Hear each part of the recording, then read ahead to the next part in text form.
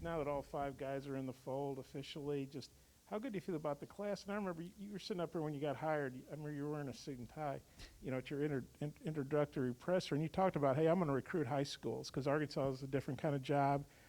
Stay with a lot of good high school players. Is this like better than you ever could have imagined from a high school perspective? I thought that the class with Moses and Jalen, Devo, and KK. I thought that was a phenomenal class. Didn't know if we would be able to get four guys of that quality in the same class. Thought maybe two or three, but to have this class of the group of guys, talent-wise and also people, and then to have them sign. I think if we go back in time, Devo was really the only one that signed early. But what this does is it allows us to have a more in-depth relationship with the players. There's a limit to only see the guys 7 times if they're not signed, and we were about up on a couple of them. And so this changes. We can see their games, we can talk about them, we can. I think it's important moving forward for both the player and for us that it's more than just a verbal commit, because, like I said, there's things that pertaining to the rules that we're now able to do some more things with, meaning watch them unlimited and they can come on campus during dead period. There's just a lot of little things that people don't realize, and then being able to promote them on our website and talk about them. All those things are really important. I think ESPN's got. Well, we'll see how it plays out. Obviously, but they've got you guys number 3 behind Duke and Kentucky. I think it is pretty good company to be in. Just how do you feel about that? Yeah, I think that as a college coach, it's graduating your players, getting them ready for the real world. It's winning, it's attendance, and it's recruiting. You kind of got those 5 pillars that all of us, are striving for, and it's great company to be in. It's hard to be in the top 10, let alone in the top 3 or 4 or whatever. And then I think the big thing is you want those players, when their time is up, that they've developed properly and go on to have great careers. But I'm ecstatic. It's with each of them. We've talked about some of the guys, and then the guys that just signed. Nick is a special player. He was as good as any player at the highest level of AA. I don't think there was anybody really, at the guard spot. I don't think I saw anybody even close to him at times. Confident-wise, being able to, go from an off guard to a point guard, and then Jordan just, incredibly exciting to watch. Jordan play is electric. He can play a lot of different positions, and Darian's a guy that's so strong, so explosive. So I think that each guy that we have now in this class possesses, something special and makes him unique to our system. Coach, with those 2 guys that just signed, and Nick and Darian, what were some of the things that stood out throughout the process, and then just the importance of keeping them, and obviously Joseph, that kind of talent in state, keeping them home? Yeah, I think that each recruit, they got their own little story, your own little relationship. Darian was the relationship with Darian and his parents was pretty consistent throughout the whole thing. The relationship with Nick is really unique. He was kind of quiet, but as soon as he came on that visit, like this, our relationship just completely, changed in a positive way, where, the comfort level of he and I talking and his conversations with the staff, it's I don't know if I've ever seen like relationship go in such a quick, positive way.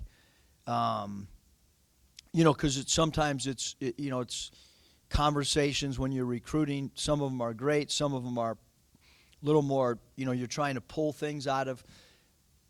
I mean, talking to Nick right now is like as comfortable as I could be talking to anybody. Same with Jordan, all of them really. But like those two guys, it's pretty easy flowing conversations, as is with Barry and Darian and Joseph and all the guys. But yeah, I think to keep the 3 in-state guys really important. All 3 talented. All 3 bring a different dimension. You know, but you know, just like they're all 3 from in-state, but all the guys are important. You know what I mean? All 5 of them have significant importance to us. Just kind of what kind of room do you have left for the transfer portal after signing these guys? Yeah, I mean, I think that with all of us, you know, last year at this time, I had no idea that Moses was going to be a one and done. I mean, certainly when he committed and signed, we thought that was a possibility. But 2 games in, I don't know if that was a possibility. You know, he wasn't on many mock drafts, and he was for the following year. But he had a great year. It was an easy decision. It was a great decision. And so a scholarship opened. Players transfer out. You know, I mean, it's not just at Arkansas, at other places. So what the total roster looks like next year, I don't know, just like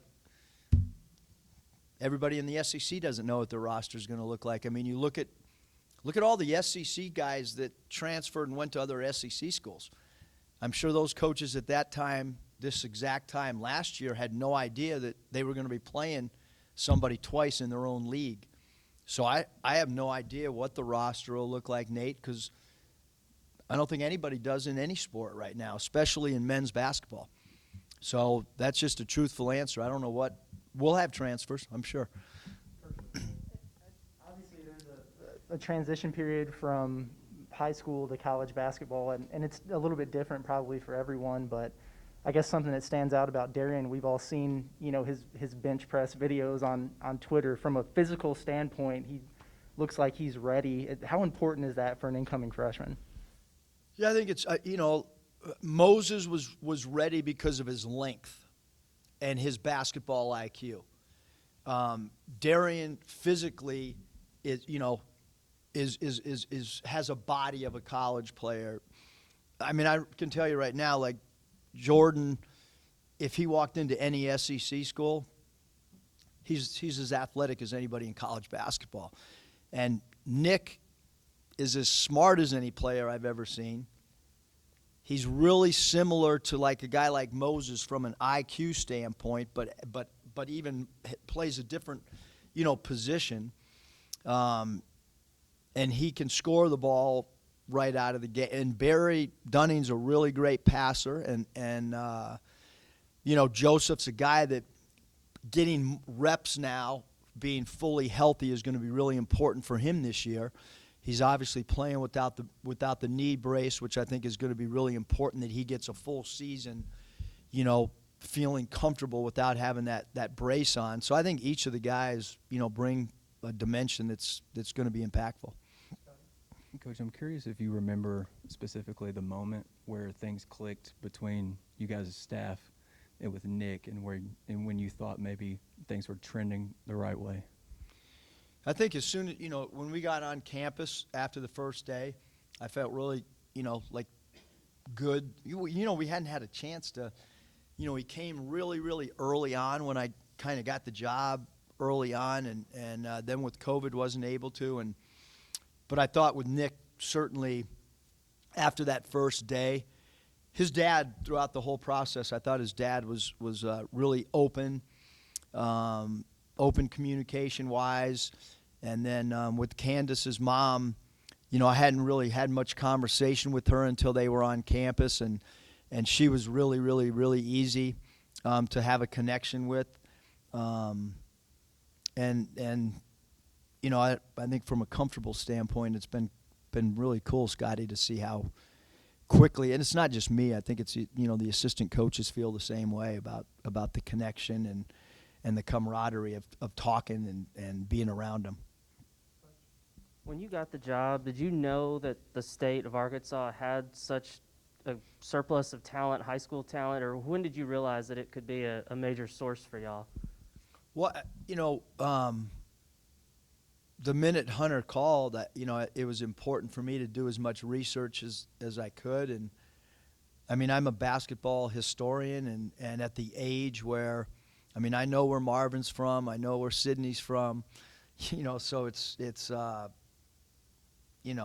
to me, I knew, that Ron Brewer, I knew all three of those guys, were from here, and it's not every year, you know what I mean? I've only been here, 3 years, and it's been really impactful 2 years and not very impactful 1 year at all.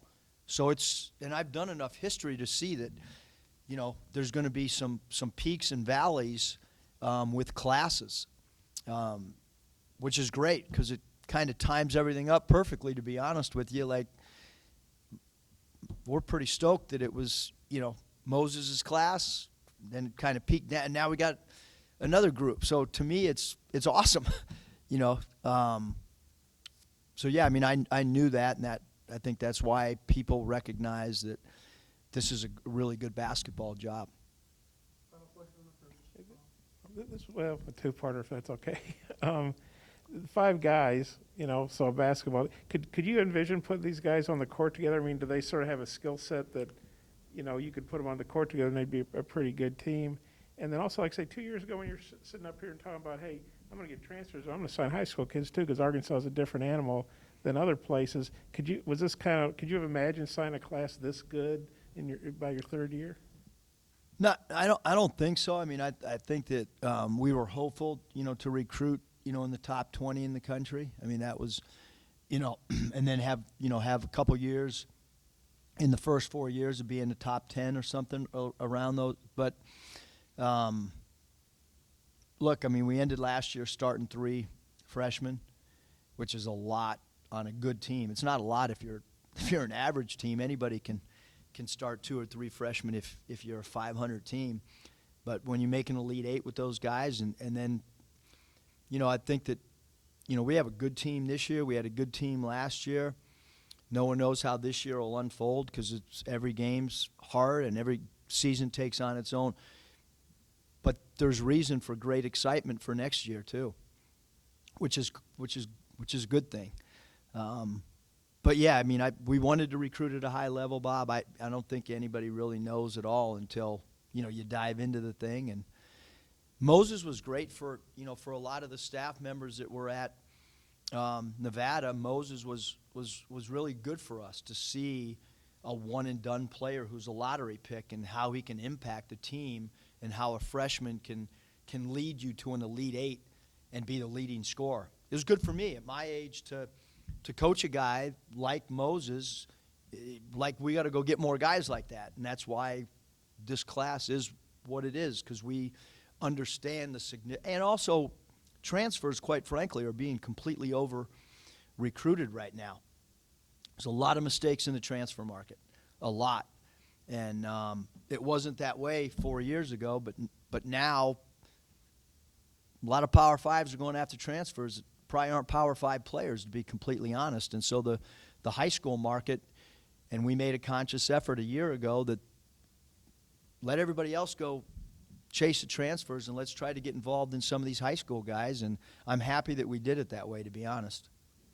Do these 5 go get on the court together and be pretty effective? If we want to play small ball, I mean, I think that, Jalen Williams was a center with that group. I don't think that those 5 guys there's anybody that's really a center. Barry can play power forward. I guess if he played small ball, we could throw him out there. But yeah, I think there's 5 of them, so I think at some point we'd like to play them together a little bit.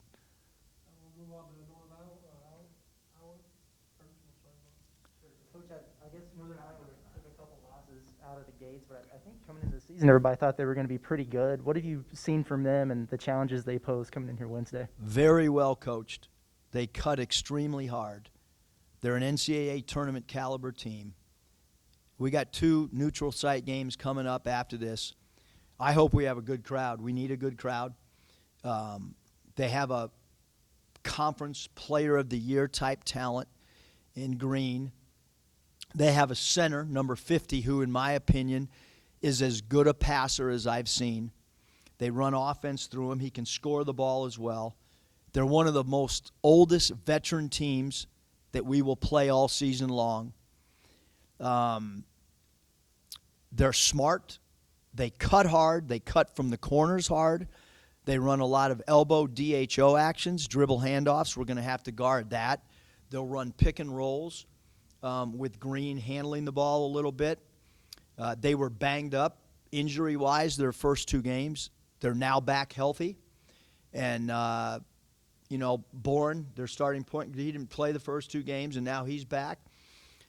So we better bring our A game, or this is a very good and dangerous Northern Iowa team.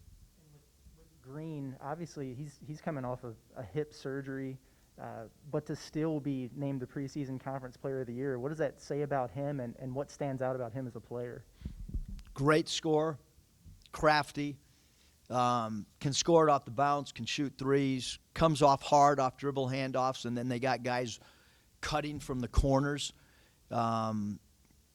Their DHO action, because their number 50 is so good at finding people. They look like they have a .5 type rule where they can only hold the ball for a short amount of time, and then they spit it around to each other. They like to play east-west and get the game going side to side. I thought last night, I watched the game, they played with really good pace. They're opportunistic runners. They'll kick ahead a little bit with the ball to get out in transition. A lot of good pieces. I mean, even their power forward. There's not a lot of guys. Noah Carter made 9 threes last year, their very first game against Western Kentucky.